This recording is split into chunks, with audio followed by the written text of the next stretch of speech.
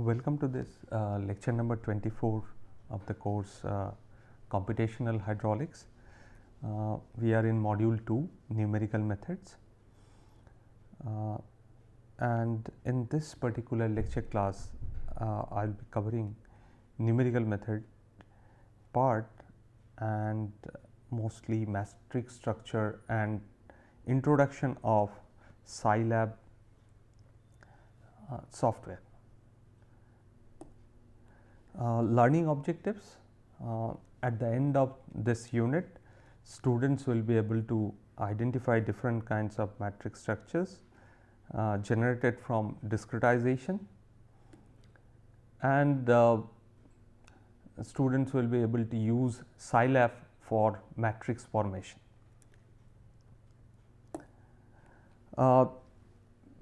We have utilized finite difference, finite volume and mesh free methods for discretization of our partial differential equation or ordinary differential equation. The ultimate structure for that one is A phi equals to R, where A is some matrix which is of constant coefficient and phi is the variable vector and R is the right hand side vector. Now, in this case we can solve the thing directly. However, if A or coefficients present in the A as function of phi, then the whole equation or this form, this becomes nonlinear in nature. Now, we have a solution process available for linear equations and nonlinear equations. Now, linear or nonlinear equations, if we consider, we need to follow different approaches for these two forms.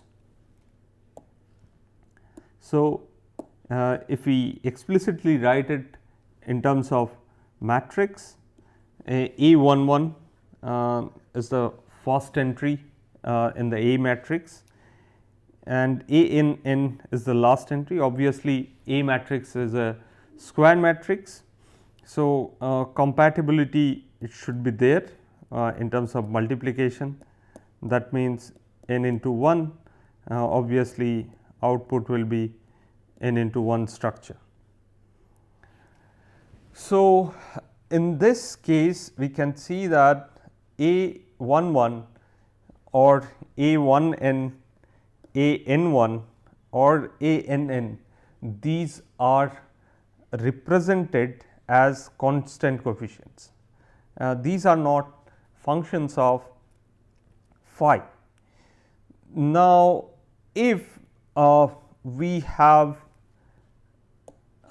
this consideration that A is a function of phi, again A n 1n is function of phi, A phi, this is also function of phi.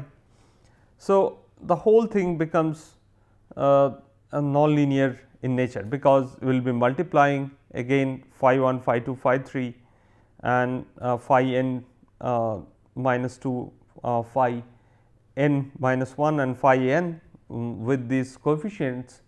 So, the equation set will be nonlinear in nature. So, for linear equations we have two distinct approaches available. One is called direct approach,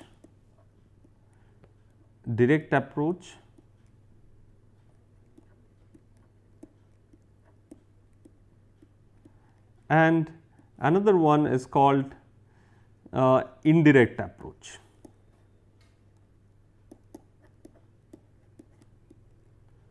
Indirect approach is also known as iterative iterative method.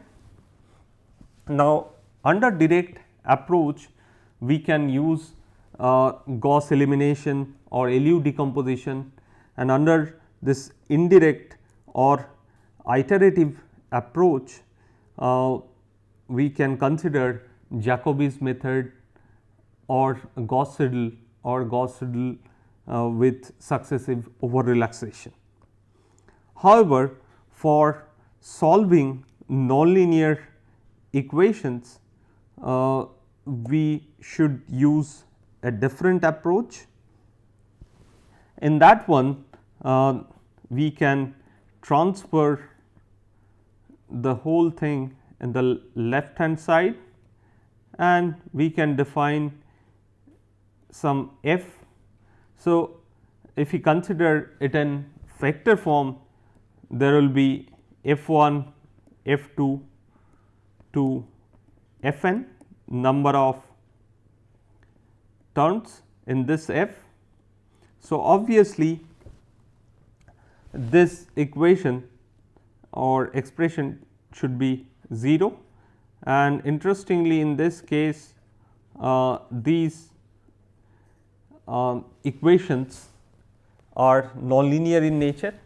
One thing should be clear, that is if one of these equations either f1, f2 or fn is nonlinear and others are linear in nature, then we have to use the approach for nonlinear equations. That means the presence of one nonlinear equation in this system, that will convert the whole system into nonlinear system, and we should follow the approach for nonlinear equations. Now, in this case again we have two approaches. Then first one is based on Taylor series, another one is based on optimization approach. One is based on Taylor series, another one is based on optimization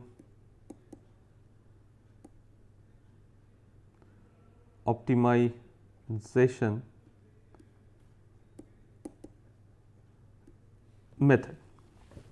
Now, this is the summary of the approaches. So, we can say that on this side nonlinear, Taylor series or optimization based approach, and for linear we have direct approach and indirect approach.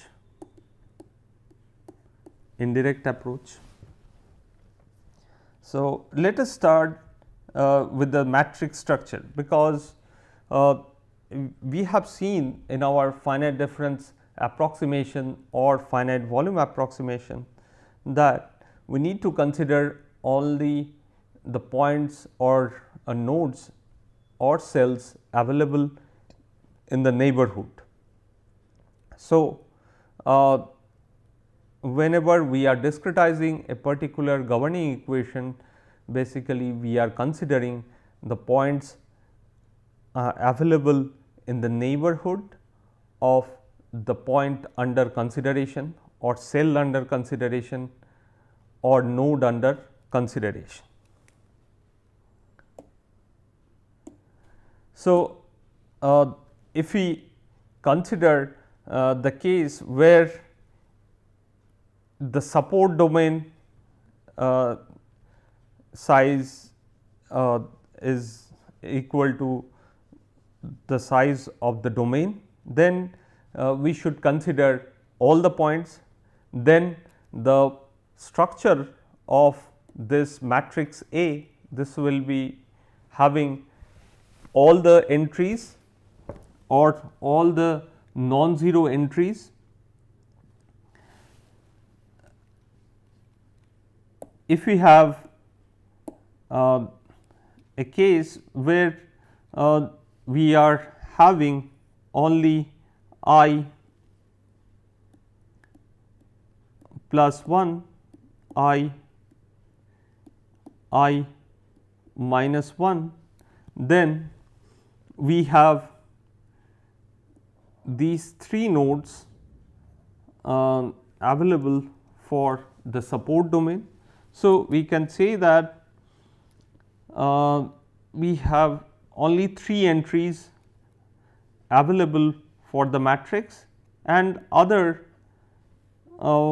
entries should be 0. So, we can store it in single column vector like structure. So, let us say that if we have 3 structures, one is for diagonal, this is D, this is below, and this is above. So, for diagonal we will have n entries starting from 1 to n. Again, for below the diagonal we will have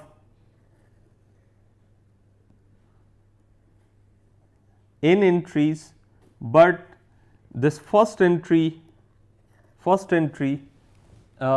is not there. So, either we can put 0 or any value, but ultimately we will not be using that value during calculation process. So, this is for B, and if we have another column vector like structure where we have entries up to n starting from 1 to n, but in this case this nth entry, if we are considering n by n as the size of the matrix, then nth entry this is not available. In this case, the first one for above case we do not have the nth entry available. So, we can put any value there, but during calculation process we will not be using that value. Okay.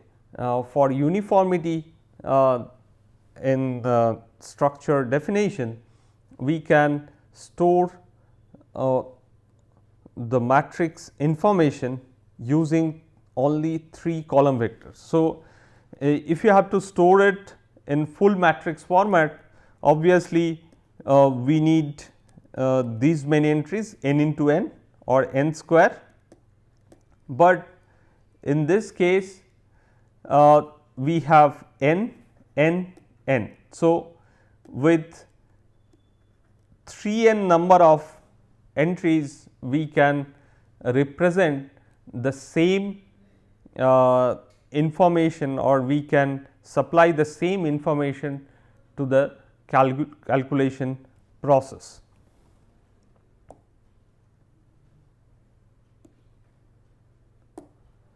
Now, in case of our if we have penta-diagonal structure, in case of our 2-dimensional algorithm, we have seen that this, if this is lth point and we have L minus m number of entries there, then L plus m, this is L plus 1, this is L minus 1. So, we can say that this is L minus 1, this is for L, and this is for L plus 1, and for further our L plus m or L minus m entries, this is for L plus m, this is for L minus m.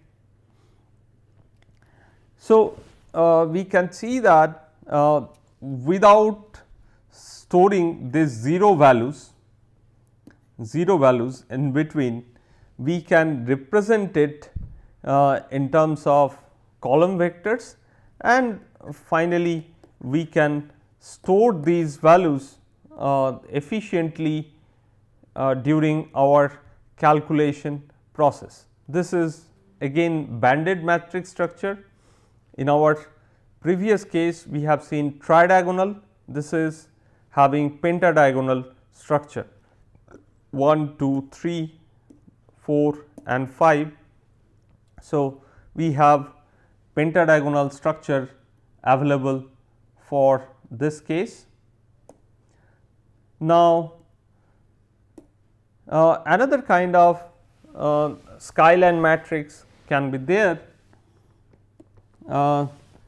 If we consider these entries, then we have this kind of skyline structure available for our calculation.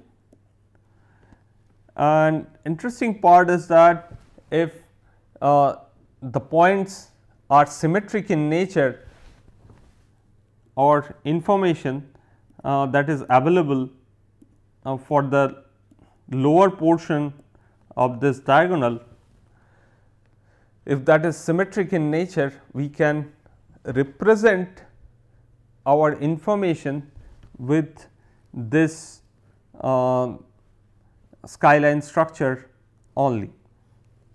Now, in this case, interesting part is that if we consider our banded structure, then we should consider this point for banded matrix structure, because in between 0 entries will be there, but still you need to store this banded matrix for storage purpose, but we can also store it in the form of like vertical skyline kind of structure. So, individually starting from diagonal, we can store it in a single column vector, or depending on the requirement of the algorithm, we can store it in different small column vectors. So, this is the overall structure of the matrix. Now, a special kind of structure we need to discuss, because these will be there during our LU decomposition process. So, a lower triangular matrix. So, in this case, lower triangular matrix means including the diagonal term, if we have only entries available for the lower portion of the triangle, that is our lower triangular matrix. If let us say that this matrix is strictly lower triangular, then we should exclude the entries in the diagonal term. So, only the entries in the lower portion should be considered for strictly lower triangular matrix. Similarly, if we consider upper triangular matrix, then we should consider all the entries including the diagonal term. But if we need to consider strictly upper triangular matrix, then we should exclude this diagonal term from the representation or our calculation process. So, we will be representing only the strictly upper triangular matrix. Now, we have seen different kind of structure for the matrices and these matrices will be generated out of the discretization process, whether we use finite difference, finite volume or mesh free method, will get finally the matrix structure either in linear or nonlinear format, either it can be banded or full matrix structure will be available for any particular problem. Now, we need to represent it or we need to calculate the values. Ultimate objective of this particular course is that at the end of this course you should be or student will be able to write small codes so that they can solve the practical problems. So, what we can do as part of this course, we can write small programs and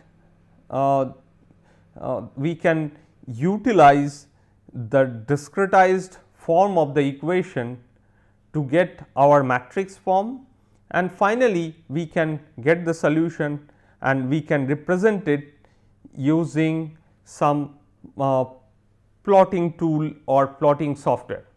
So, all of this we can do in this Scilab, which is very much similar to MATLAB, but it is open source software.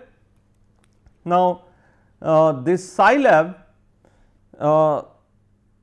we can directly download from web address Scilab www.scilab.org. Now, from this download button we can directly go to the download portion, and from the download page you can see that either you can download it for Windows or Linux version. Similarly, depending on your machine configuration, either 32-bit or 64-bit, you can download the software. The advantage of using this particular software is that you need to download only 153 MB or 160 MB for 64-bit machine. So, you do not need much space for your computer to run this particular program, and at least you can test your concepts that you have learned from this particular course, and you can directly translate those concepts into small codes using this Scilab platform. Now, if we open the Scilab general environment and console, on the left hand side you will find file browser. You will get all information regarding the file, and at this place you will get information regarding directory. Now, directory information is required. Now, on the right hand side we have variable browser. Variable browser means that whatever variable you are using for a particular program or calculation, its value and type and visibility, whether it is local or global, that will be available in this variable browser. And the first column you will have the name of a particular variable, below you will have command history, whatever command you have utilized you can directly get that from the command history. And most important part is the central portion where we have console, and this console part is the important portion because we perform all the calculations in this console portion. On top you will have file, edit, control, applications, and this question mark is the help. You can click on this question mark button and get all command related information from this help button. Now, if we open our open this one,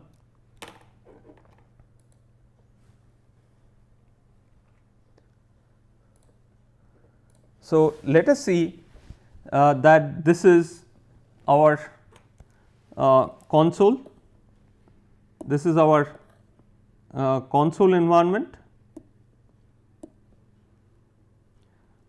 So, we can write anything in this console for calculation. Let us say that we want to use this console as calculator. Let us say 56 divided by, this is okay. Let us say 56 divided by 7, this should be 8. So, we can directly get the answer at this position, and on the right hand side output is answer, value is 8 and type is double and visibility is local. At the same time we are getting command history on this right portion. So, we can easily utilize this thing for our calculation purpose. Now, interesting thing is that we can use percentage pi to get in value of pi, or percentage e to get value of e. Again, if we open this Scilab environment help, then you can search anything, here, you can write anything. Let us say if I want to write some display command here. So, disp, so if I search it, so on the right hand side it will show the output means whatever command related information is there, and on the bottom of that help or example are available. So, we can directly show this thing. Another information is that we can use this file. So, we can use a file command. So, this is opening a file or opening psi notes. Now, what is the advantage of psi note? Advantage of psi note is that we can store the commands in this particular psi note for future use.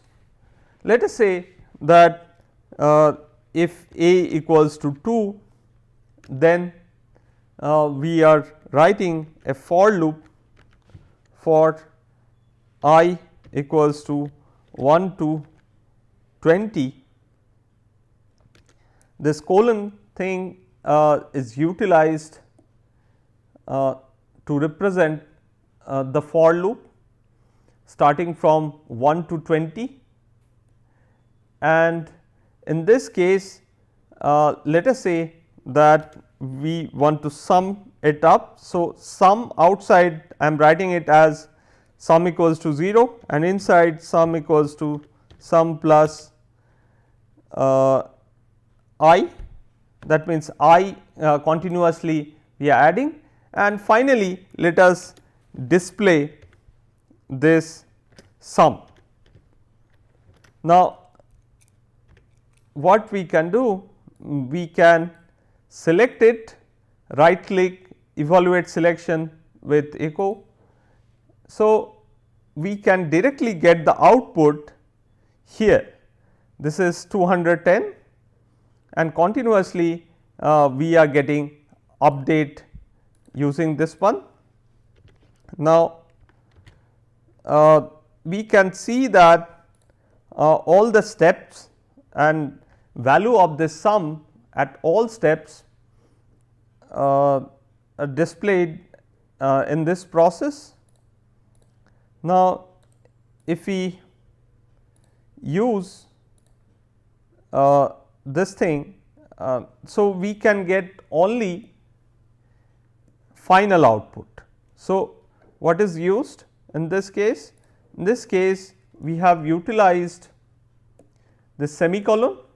So, semicolon after any line that will stop the display of output in your console window. Now, in this case what we are getting is clear. However, at the starting itself we should clear the screen. So, CLC is used, otherwise we can directly write in our console window CLC. So, that will clear this console, but still variable related information is there on the right hand side. Now, to clear this variable related information we should write clear command.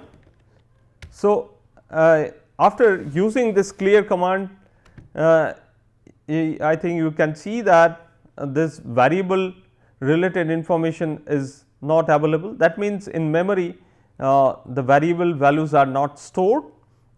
So, to start any Scilab code or script we can use these two commands that is CLC and clear to clear the console and clear whatever values are stored in our memory. Now, we can also use some while loop or our if then else condition. If then, if a greater than 1, then display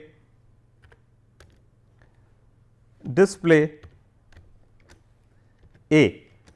If you want to execute a small portion of the code, then you can select it and evaluate it, but the a related information is not there. So, we will select the whole thing because the value of a equals to 2 is written on top. So, that should be available, otherwise the code will not display any value here. So, we can see that we have got information about the displayed value of the sum, and if a greater than 1, because we have defined a equals to 2. So, obviously it will print.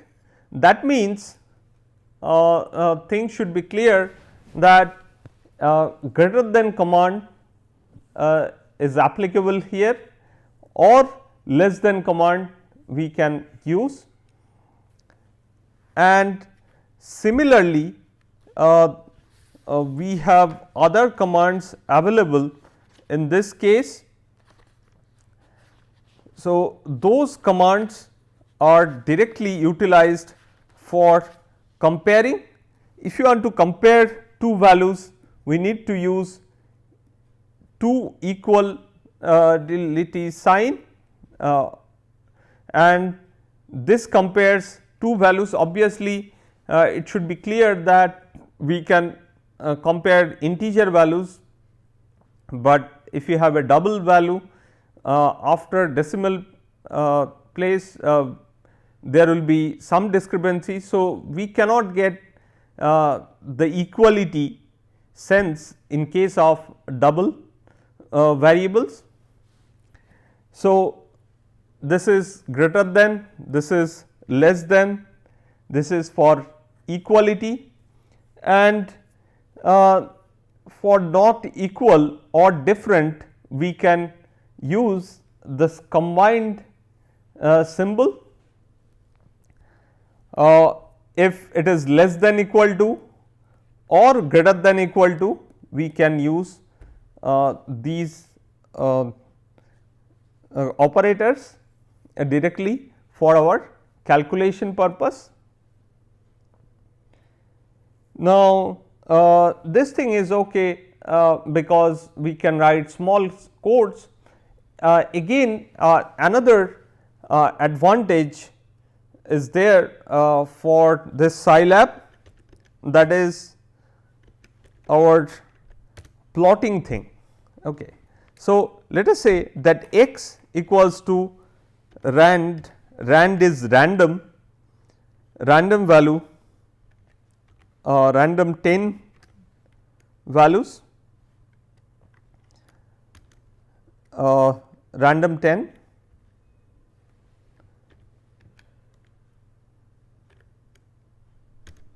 so this is we have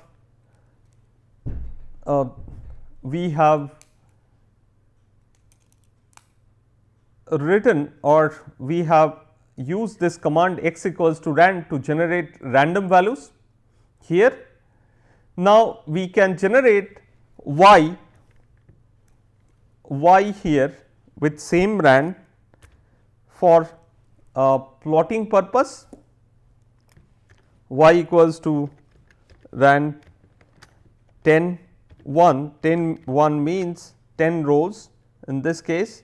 So, we have x and y values available. So, this is for demonstration purpose only. Now, we can directly write this plot command, plot and x comma y. This will show you the output. That means, this will show the points this will show the connecting lines of the points, and definitely in this case we have x on this case and y on this axis.